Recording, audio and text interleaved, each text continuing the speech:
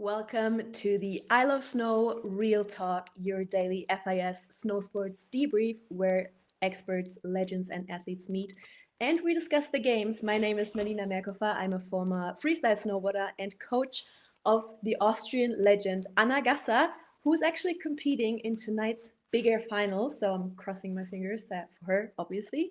Today was already a really big day of competitions, and I'm very happy to have some very special guests today with me because we did have the team combined men today. And yeah, I'm very excited. And let's welcome our first guests, the Fearless Finns, and who finished in the 9th place in the Alpine team combined today, Elian Lehto and Eduard Hallberg. So welcome to the show, guys. How are you doing?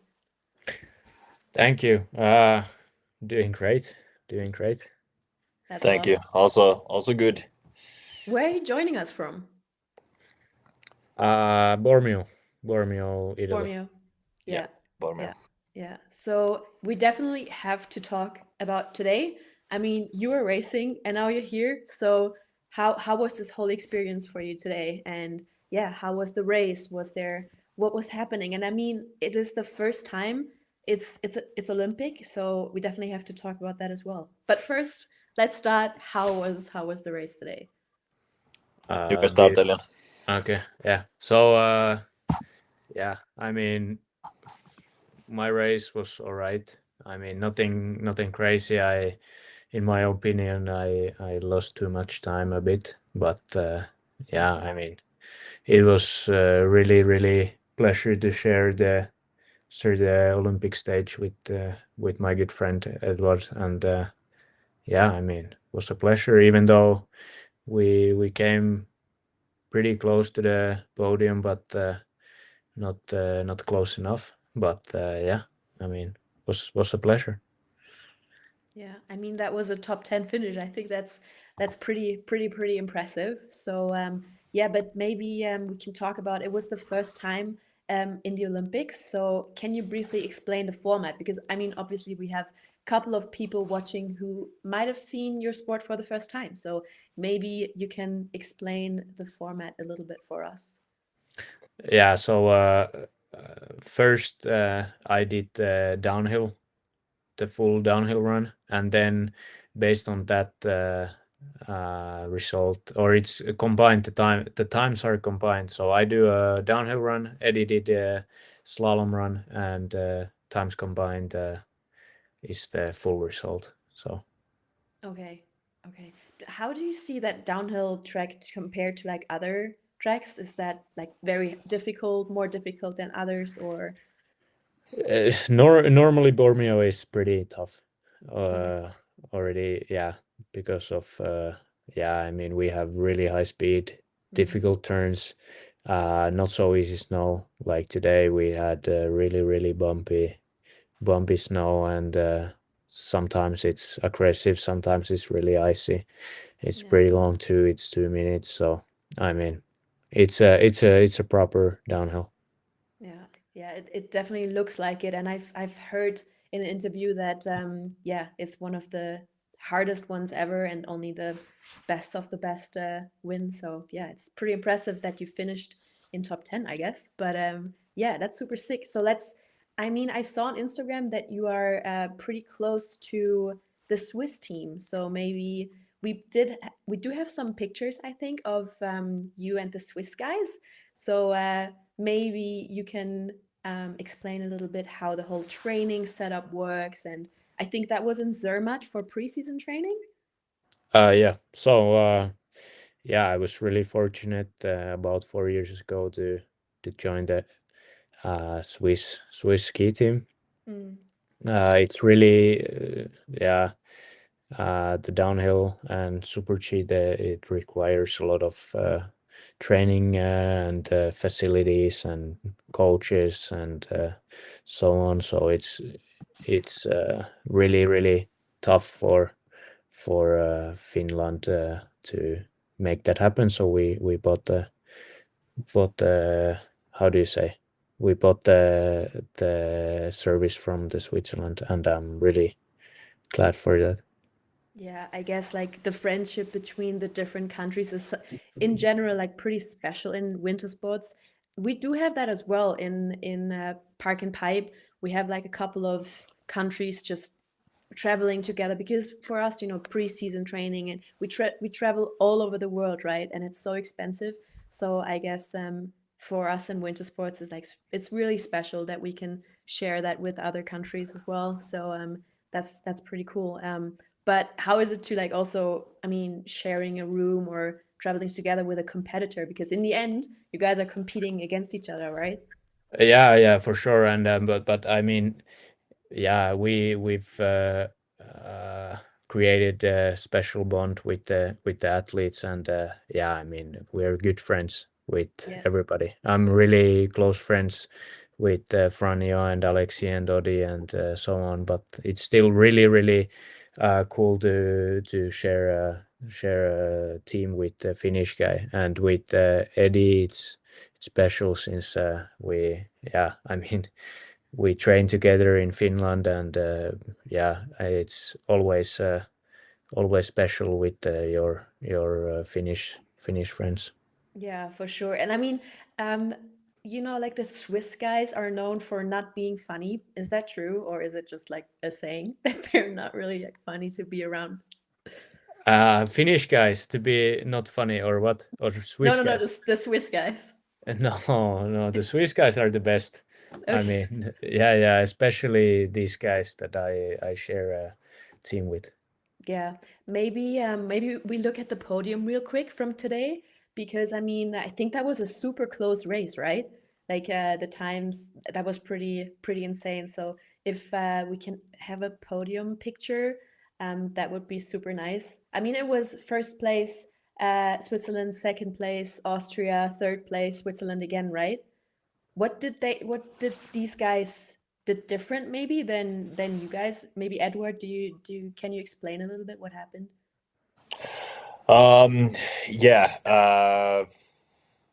First of all, I mean, Franjo made a good run, and then Neff was just like really on point from top to bottom. Really impressive skiing.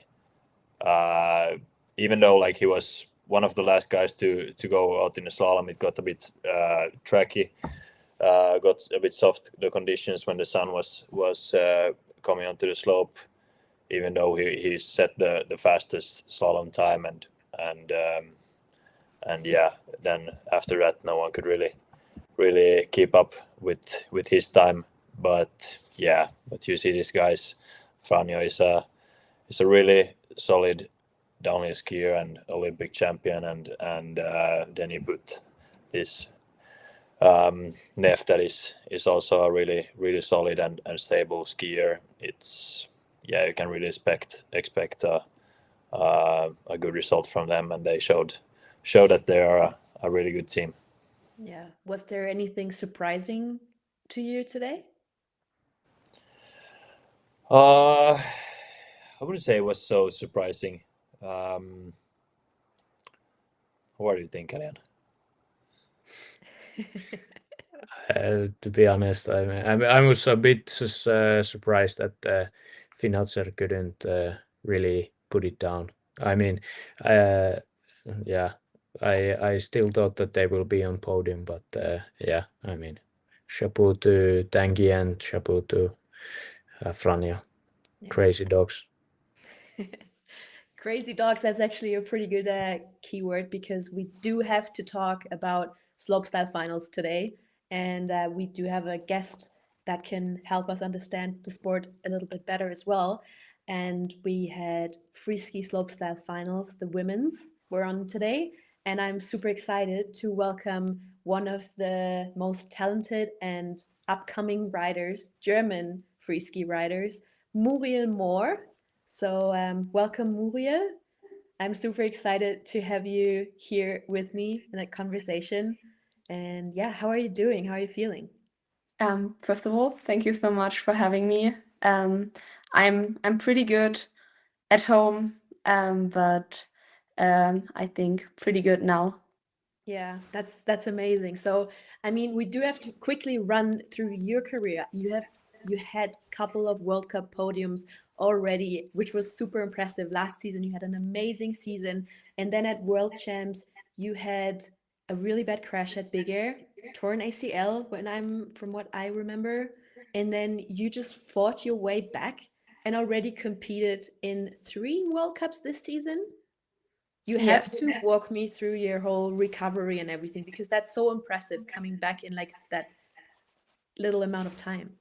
Yeah, so I tore my ACL end of March at the World Champs, which was yeah, pretty unlucky, but part of the game.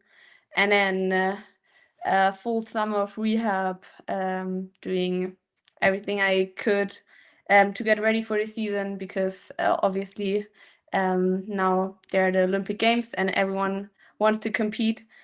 And I got ready in time. I competed in 3 World Cups, got my national qualification, finished 6th in Largs, which was pretty nice. And yeah, then there we had like the second training in slopestyle, and I landed pretty unluckily, and yeah, my meniscus is a little injured right now, but I'm trying to get ready for Big Air, so I can compete on Saturday.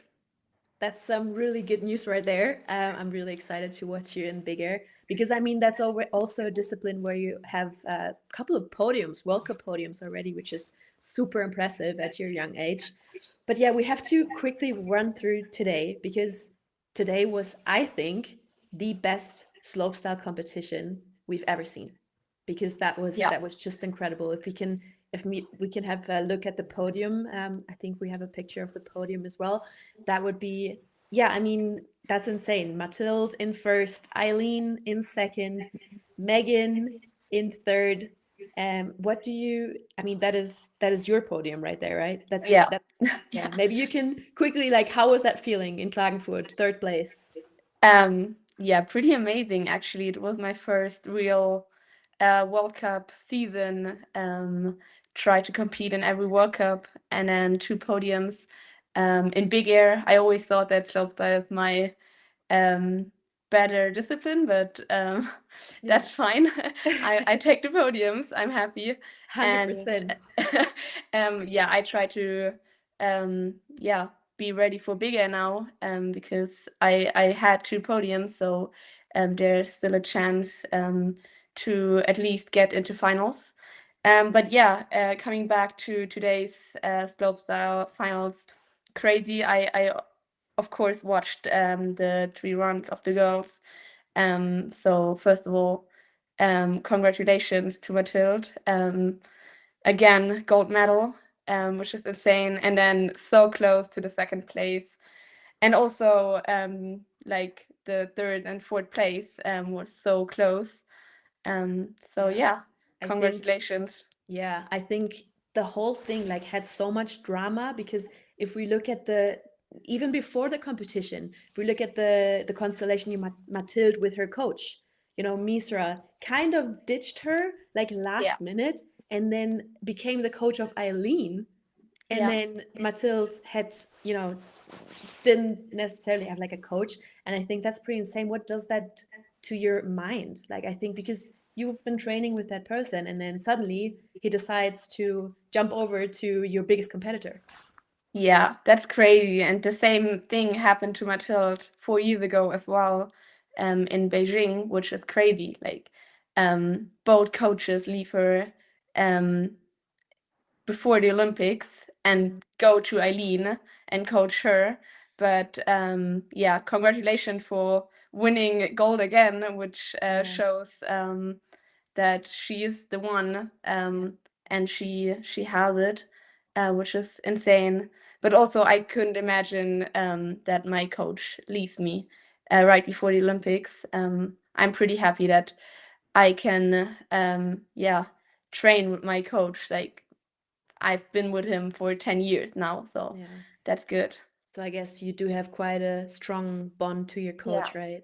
Yeah. How's that for you guys, actually? Do you have a like strong bond to your coaches? Eddie can start. Yeah, I've had my current coach or my current coaches, one head coach and assistant coach for this is the 4th year now, and yeah, I mean it gets like we get pretty close because we kind of like we spend basically every day through the whole season with each other, and we also are like really small team. It's just me and one other slalom racer, Jesper Pohjolainen, and we're basically training together, and yeah, so it's really small and compact, and then you get pretty close. Yeah. Do you throw some tricks as well in your off season on your skis? Yeah, maybe some. It happens. I do some backflips in the spring. Yeah. That's pretty impressive. But yeah, I also want to talk about, Eileen competing in all three disciplines. So maybe Muri, you can explain to us how hard that actually is, and with all the preseason training, because we have half pipe and slopestyle most of the time at the same location, so you cannot, train. You have to train both kind of at the same time. How does that work? I couldn't do that. I don't think that I could do that because it's crazy. I mean, we have 2 disciplines, slopestyle and big air, and we have 2 different competitions. Sometimes we have it like the next week, and we have to travel around the world. I mean, you guys in alpine skiing know this, but yeah, and then half pipe as well, which is crazy. And in the world, we only have maybe, I don't know, 4 or 5 really good half pipes where you can train. So you have to go there, be there, and also have like pretty good luck with the weather as well. So yeah, I'm really impressed by all the girls and boys who can do all 3 disciplines, but not many can do it. And I think there are only 3 or 4 in slopestyle, big air, and half pipe who compete at the Olympics. Yeah, and then especially on that level and actually being on the podium of those disciplines, that's just so impressive. But yeah, again, we have to talk about today. The moment of today was definitely Mathilde, and we do have quite a sick picture of her with the flag and just this pose. I thought that was definitely the moment of the day. And then also, when she came into the finish area, she just came in there and hugged Julia. Julia came running out of the back, hugged her, and I think that's also pretty good representation of our sport, because everybody is just happy for each other, right? How do you feel about that? Yeah, of course. I think we're a really small community in freestyle skiing, and we always travel together and live nearby. And yeah, especially for the women, there are not many women in the world who compete in World Cups and at the Olympics. So it's pretty nice if you have friends and you, yeah, like hang after training and just smile and laugh with each other. And of course, we are competitors, and when we need to concentrate, we can concentrate. But it's also nice to have friends at the World Cups and Olympics. Absolutely. And this brings me to your next topic, which is the hot take of today. Because today we saw some free ski guys taping their pants again. And Muriel, I think you saw that during Laax Open as well. And we did have it in China at the halfpipe competition. So can you quickly explain to us what is the tape for on the pants? So I also did it at the Laax World Cup. So we used the tape to like get aerodynamics, more speed, because when the course is slow, maybe we have wind, and we have obviously pretty baggy clothes on. We are not that fast, and we need speed to jump over the knuckle and get into the landing. And sometimes we need to tape our baggy pants and shirts. So yeah, that we really can land in the landing and not on top. Yeah. So Eduard, I guess we're not going to see you guys racing in baggy pants. I don't think so. I don't think so. I think we're gonna stick to our latex dresses. Yeah. Spandex suits. But when you're like off schedule and you're skiing for yourself, do you wear baggy pants or do you wear tights? Yeah, I mean, to be honest, I hate the race suits. If I could, if everyone could just like decide to ski in a bit more relaxed clothes, I would be totally in. But I guess we're searching for those hundreds, and then we have to be in race suits. Absolutely. Nah, I understand. But yeah, that's so far it for the discussion. So now we have to look at tomorrow. I mean, today is still an exciting day because we have women's snowboard big air finals. And then what are you guys watching tomorrow? Is there something you want to watch? I think for sure I will be watching the alpine skiing team combined. And yeah, that's awesome. But yeah, we also do have the freestyle skiing men, which is super exciting finals actually, and then cross country and alpine skiing, so a lot of events to look out for. So yeah, I am super thankful that you guys had time to join this conversation today, and yeah, enjoy your time in Italy and good luck for your next competitions. And thank you guys for joining this live show. And I hope to see you guys tomorrow at 6 p.m. Thank you. Thank you. Thank you so much. thank you. Thanks.